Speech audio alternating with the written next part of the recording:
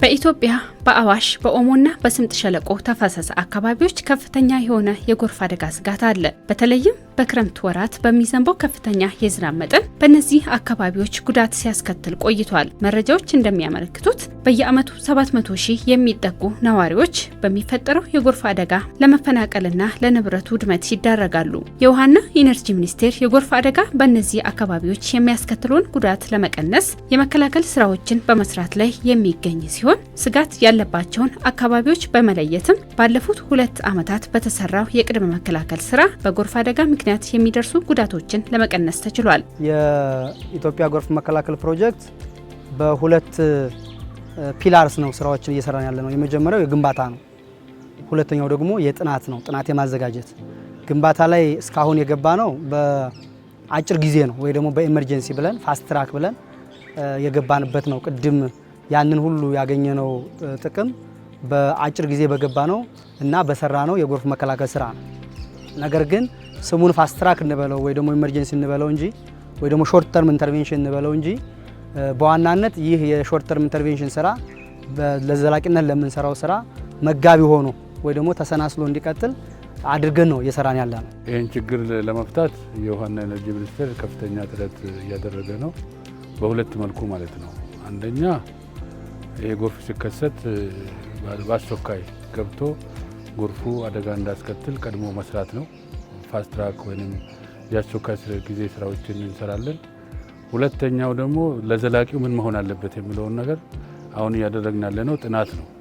እንዴት አድርገን ዝናብ በዘነበ ቁጥር ወይም ጎርፍ በተከሰተ ቁጥር ወደዛ መሮጥ ሳይሆን እንዴት አድርገን በዘላቂነት ከዚህ ችግር እንወጣለን የሚለው ነገር ላይ እየሰራን ያለንበት ሁኔታ ነው ያለው። ከዚህ አኳያ እንደ አጠቃላይ ስናይ የኛ ችግር ሆኖ ነው እንጂ ጎርፍ ሀብት ነው እንጂ አደጋ አይሆንም።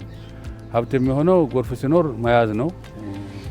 ፖንዶችን ወይንም የተለያዩ ዳሞችን ሰርቶ ውሃ ጎርፍ ሲመጣ እዛ ላይ መያዝ ነው። ጎርፉ ሲያልፍ ደግሞ መጠቀም ነው። ይሄን አቅም ነው ያልቻልነውና አሁን እየታሰበ ያለው አሁን ጥናት እያስተደረግን ያለ ነው። በአዋሽ ተፋሰስም በስምጥ ሸለቆ ተፋሰስም እንደገና በኦሞ ግቤም በሶስቱ ላይ በዘላቂነት እንዴት አድርገን ጎርፉን ይዘን መጠቀም እንችላለን የሚለው ነገር ላይ ጥናት እየተደረገ ነው።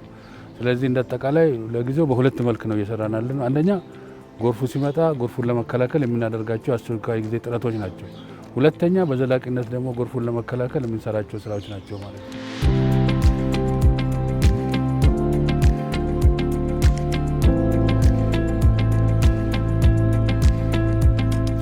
ሚኒስቴር መስሪያ ቤቱ ስጋት ባለባቸው አካባቢዎች ጉዳትን መቀነስ የሚያስችል በአጭር ጊዜ የአደጋ ምላሽ አሰጣጥ ውጤታማ ስራዎችን በመስራት ላይ የሚገኝ ቢሆንም የጎርፍ አደጋ ተገማች ባለመሆኑና የሚደርሰውን ጉዳት በዘላቂነት መከላከል በማስፈለጉ ለረጅም ጊዜ የጎርፍ አደጋ መከላከልን የሚያስችሉ ስራዎች ላይ በትኩረት በመስራት ላይ ይገኛል። በዚህም ለጎርፍ ተጋላጭ በሆኑ አካባቢዎች ላይ የሚተገበሩና ጎርፍን ለዘላቂነት መከላከል የሚያስችል ዘዴን የሚያመላክት ጥናት በማስጠናት ወደ ስራ የሚገባበት ሁኔታዎች ላይ ውይይት አድርጓል። እዚህኛው የዘላቂ ጥናት ያስፈልገዋል። ለሎንግ ተርም ፍለድ ፕሮቴክሽን ስራ ለመስራት ወይ ደግሞ ዘላቂ የጎርፍ መከላከል ስራ ለመስራት ራሱን የቻለ ማቹርድ የሆነ ብቁ የሆነ በካፓሲቴትድ በሆኑ ወይም ደግሞ አቅም ባላቸው ኮንሰልታንቶች የሚሰራ የተሰራ ጥናትና ዲዛይን ያስፈልገናል። ይሄንኛው ሁለተኛው ፒላር ላይ አርገን እየሰራን ያለንበት ሁኔታ ነው ያለው።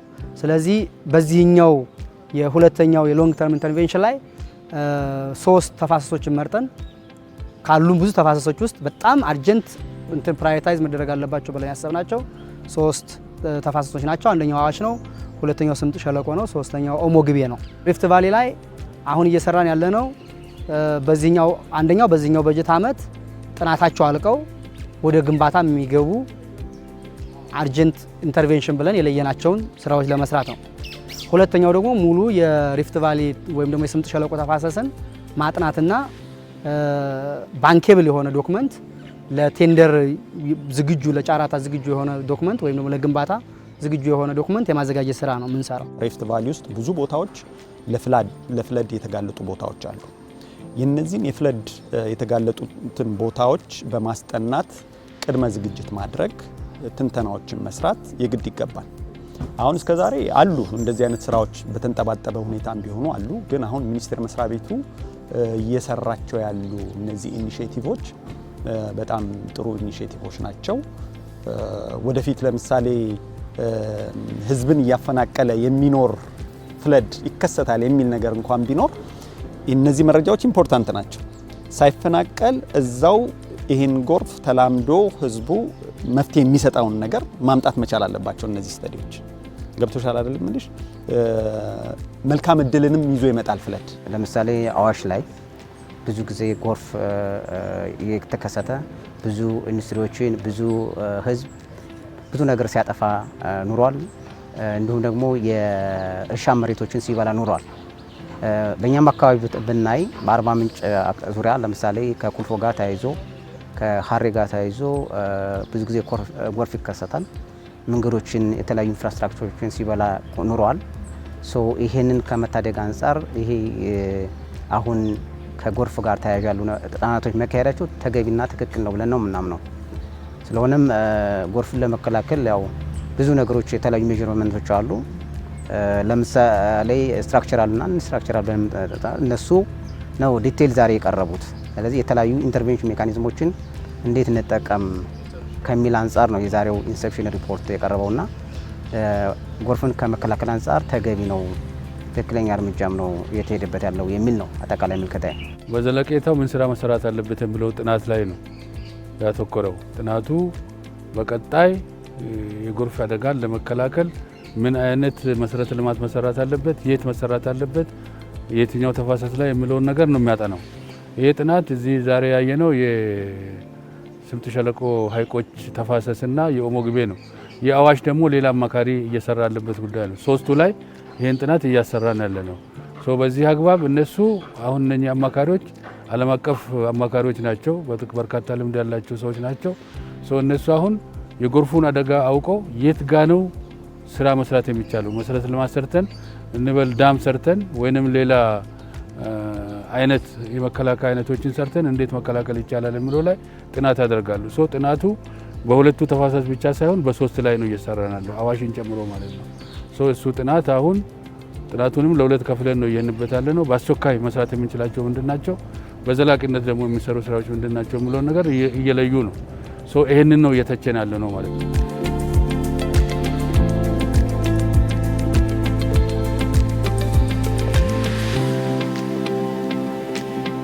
በጎርፍ ተጠቂ በሆኑ አካባቢዎች ያለው የመሰረተ ልማት ስራ ጠንካራ አለመሆንና በቴክኖሎጂ የተደገፈ የቅድመ ማስጠንቀቂያ መልእክቶች አለመኖራቸው በአደጋ ወቅት ከፍተኛ ጉዳት እንዲደርስ አስተዋጽኦ ይኖራቸዋል። ይህን መሰል ጥናቶች ደግሞ በአደጋው የሚደርሰውን ጉዳት ለመቅረፍና ጎርፍን እንደ ሀብት መልሶ ለልማት ለመጠቀም የሚያስችሉ ስራዎችን ቀድሞ መስራት ላይ ትኩረት ለማድረግ ትልቅ ጠቀሜታ ይኖራቸዋል። በተለይ በታችኛው ተፋሰስ አካባቢዎች የሚከሰት ጎርፍን አጠራቅሞ በማቆየትና ዝናብ አጠር በሆኑ ወቅቶች ጥቅም ላይ የማዋል አማራጭን ይዞ ይመጣል። በአደጋው የሚደርስ መፈናቀልና የንብረት ውድመት ለማስቀረትም ተገማች በሆኑ የጎርፍ አደጋዎች ላይ ቅድመ ማስጠንቀቂያዎችንም ለመተግበር የጎርፍ አደጋን ለዘላቂነት ለመከላከል ጥናቶች ጠቀሜታ ይኖራቸዋል። እነዚህ ጥናቶቹ አሁን ያቀረብነው ጥናት ኢንሰፕሽን ሪፖርት የሚባል ነው። ይሄ እንዴት ስራውን እንዴት እንደምንሰራ ሜቶዶሎጂውን የምንጠቅመው አፕሮቻችን ከሁሉም ቦታ አይቶ ከኤንቫይሮንሜንታል፣ ከሶሲዮ ኢኮኖሚክስ፣ ከኢንጂነሪንግ፣ ከሃይድሮሎጂ፣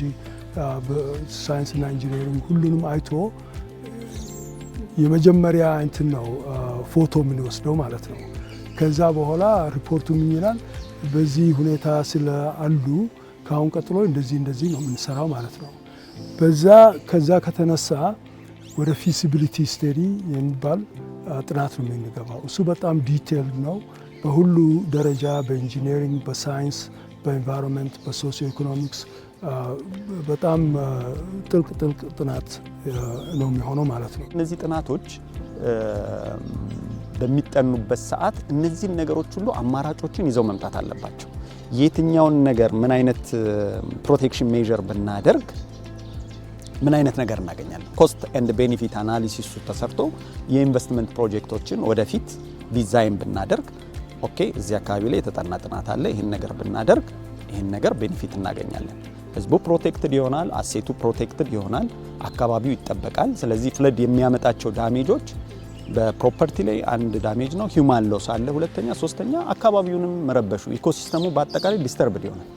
ስለዚህ እነዚህን ሶስቱን ያቀናጀ መሆን አለበት። ይህን ሶስቱን ያቀናጀውን ነገር ለማድረግ እንደዚህ አይነት ጥናቶች ያስፈልጋሉ። የመጀመሪያው ነገር ይሄንን ጎርፍ ጋር በተገናኘ የሚጠኑ ጥናቶች አንደኛ የተለያዩ ስትራክቸሮች ከጥፋት እንታደጋለን። የህዝብ መፈናቀል በዙሪያው ያሉ ከወንዝ ዳርቻ ብዙ ጊዜ አሰፋፈሩ ብዙ ጊዜ ወንዝ ዳርቻ ሊሆን ይችላል። ኦር ከተሞች በአጠቃላይ በመሃላቸው የሚያልፍ ወንዝ ሊኖር ይችላል። ከተሞቹ ከጥፋት መታደግ እንችላለን። የተለያየ የእርሻ ማሳ የሚበሉትን ማዳን እንችላለን። ብዙ ንብረቶችን ማትረፍ እንችላለን በዚህ ጎርፍ መከላከል ምክንያት። ይሄንን ነው ኤክስፔክት የምናደርገው። ለስምጥ ሸለቆ ወደ 7-8 የሚሆኑ አርጀንት ኢንተርቬንሽኖችን ለይተን በዚህኛው በጀት ዓመት ጥናታቸው ያልቃል። ከዛሬ በኋላ ምናልባት ከ5 ቀን ከሳምንት በኋላ ሙሉ ዲዛይናቸው ይመጣል። የሙሉ የተፋሰስ የቤዚን ሌቭሉ አካል ናቸው። ግን ደግሞ ጥናታቸውም ዘንድሮ የሚያልቅ ነው። አሴም ታይም ደግሞ ግንባታቸውም ዘንድሮ ከተቻለ የምንጨርሰው ነው። ካልተቻለ ደግሞ አፈጻጸሙ ከ70-80% በላይ የምናደርሰው ነው ማለት ነው። ይሄ ከባለፈው በተሻለ መጠን አንደኛ የእርሻ ማሳዎችን፣ ሁለተኛ ደግሞ ማህበረሰቡን ከመፈናቀል በእጅጉ የሚጨምረው ይሆናል ማለት ነው። ጎርፍ የሚሄድባቸውን መንገዶች ዳይክ በመስራት የተለያዩ ስራዎችን በመስራት አደጋውን መቀነስ ነው አንዱ ትልቁ ስራ። እሱን እየሰራን ነው። ባለፈው ክረምትም እሱን ስለሰራን ነው የጎርፍ አደጋ ያልታየው። ሁለተኛው ይሄ ዘላቂ ልማቱ ነው። ወሳኙ ዘላቂ ልማቱ ነው ብለን እስካሁን ታስቦ አያውቅም። ካሁን በፊት የነበረው ጎርፍ በተከሰተ ቁጥር ወደዛ መሮጥ ነው። አደጋ ተከሰተ ተብሎ መሮጥ ነው። አሁን ግን ቀድመን ጎርፉ ቢኖር ጎርፉ ይኖራል፣ ምንጊዜም ይኖራል። ይሄን ጎርፍ እንዴት አድርገን ነው ይዘን ለልማት ልናውል የምንችለው የሚለውን ጥናት ነው።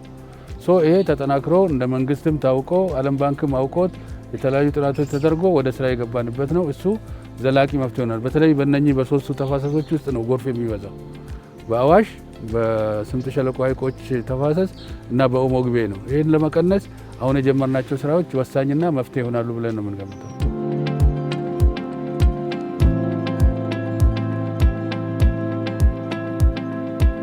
ውሃን በቦታው ከያዝ ነው እዛ አካባቢ ላሉ ውሃ ለብዙ ነገር ልንጠቀመው እንችላለን። ለምሳሌ ፖንዶችን ብንሰራ፣ የተለያዩ ጉድጓዶችን ብንሰራ በጉድጓዶቹ ህብረተሰቡ ምን መስራት ይችላል? የተለያዩ የጓሮ አትክልትን መስራት ይችላል። ሌሎች አክቲቪቲዎችን ፊሸሪ ሊሰራ ይችላል። ስለዚህ ወደ ድል የምንቀይረው ውሃውን ይዘ ነው ህብረተሰቡ ተጠቃሚ የሚሆንበት፣ ጎርፉ ደግሞ ወደ አደጋነት የማይቀየርበትን ኦፖርቹኒቲ መፍጠር እንችላለን ማለታችን ነው። እንዲሁም በከተማ ላይ ብናላይ ለምሳሌ ወተር ሴንሲቲቭ አርባን ወደሚል ነው እየሄድን ያለ ነው። ስለዚህ ብዙ ጊዜ ከተማ ላይ ያሉ በሚሰሩ ስትራክቸሮች ከመንገዶች ጋር በተያያዥ ተጋላጭ ስለሆነ ወደ ጎርፍነት ሊቀየር የነበረን ነገር ወደ ውስጥ እንዲሰርግ በማድረግ ውሃውን በመያዝ በበጋ ጊዜ ውሃ እጥረት በሚኖርበት ጊዜ ውሃ ማግኘት የምንችልበት ነገር ማመቻቸት ማለት ነው። ምክንያቱም ክረምት ላይ የሄደ የነበረን ጎርፍ ለበጋ እንዲውል ለበጋ ጥቅም ውሃ እጥረት በሚኖርበት ጊዜ መጠቀም የምንችልበትን ማመቻቸት ማለታችን ነው። እንደዛ አድርገን መጠቀም መቻል አለብን። ሌሎች ሀገሮችም ኔዘርላንድ ብናይ ይሄን አይነት ተሞክሮ ነው ያላቸውና ወደዛ መግባት እንዳለብን ነው የምንገነዘበው። በዚህ ፕሬዘንቴሽን አልፎ አልፎ ጎርፉ ሲመጣ ወንዞቹ ይዞ ሲመጡ ሐይቁም ከፍ ይሆናል ወይም ወንዙ ራሱ በባንኩ በዳርዳሩ ውሃው ሊወጣበት ይችላል። እነሱን ምናልባት ያ ውሃ ወደ ህዝቡ እንዳይደርስ ፓንድ የሆነ ቦታ ወይም ሐይቅም ሳይሆን ውሃው ሚይዝ ዳምም አይደለም ግን ውሃው ሚይዝና ህዝቡን የሚከላከል እዛ ውሃው ተቀምጦ ድርቅ ጊዜ ውሃ አቅርቦትም ሊሆንላቸው ይችላል። የጎርፍ መከላከል ስራ አንደኛ ለብቻሽ የምትሰሪው አይደለም፣ ኢንቴግሬሽን የሚፈልግ ነው። ሁለተኛ ትልቅ የሆነ ካፒታል ይፈልጋል። ካፒታል ኢንተንሲቭ ነው ኔቸሩ። ሶስተኛ ደግሞ በኢንቴግሬሽን የሚሰራ ነው። ኮንትራክተሮች ያስፈልጉሻል፣ ኮንሰልታንቶች ያስፈልጉሻል፣ የማህበረሰቡ እገዛ ያስፈልጋል። ክልል ላይ ዞን ላይ ያሉ አመራሮች እንደገና ደግሞ በተዋረድም ያሉ የመንግስት መስሪያ ቤቶችን እጅ ኢንቮልቭመንት የሚፈልግ ነው። በዋናነት እንግዲህ ከሚኒስትር መስሪያ ቤቶች ጋር ከሚኒስትሪ ኦፍ ፋይናንስ ከመስኖና ሎላንድ ሚኒስቴር ጋር ከአግሪካልቸር ሚኒስትሪ ኦፍ አግሪካልቸር ጋር ከአርባን ኢንፍራስትራክቸር ሚኒስትሪ ጋር እና ከመሳሰሉት ጋር ከዲዛስተር ሪስክ ማኔጅመንት ኮሚሽን ጋር እንዲሁ አብረን እየሰራን ያለ ነው። የኛ ተጠሪ ተቋም ቢሆንም ከኢትዮጵያ ሜትሮሎጂ ኢንስቲትዩት ጋር እንዲሁ በቁርኝት የምንሰራባቸውን ፕላትፎርሞች አድርገን አመቻችተን አሰላስለን እየሰራን ነው የምንገኘው ማለት ነው።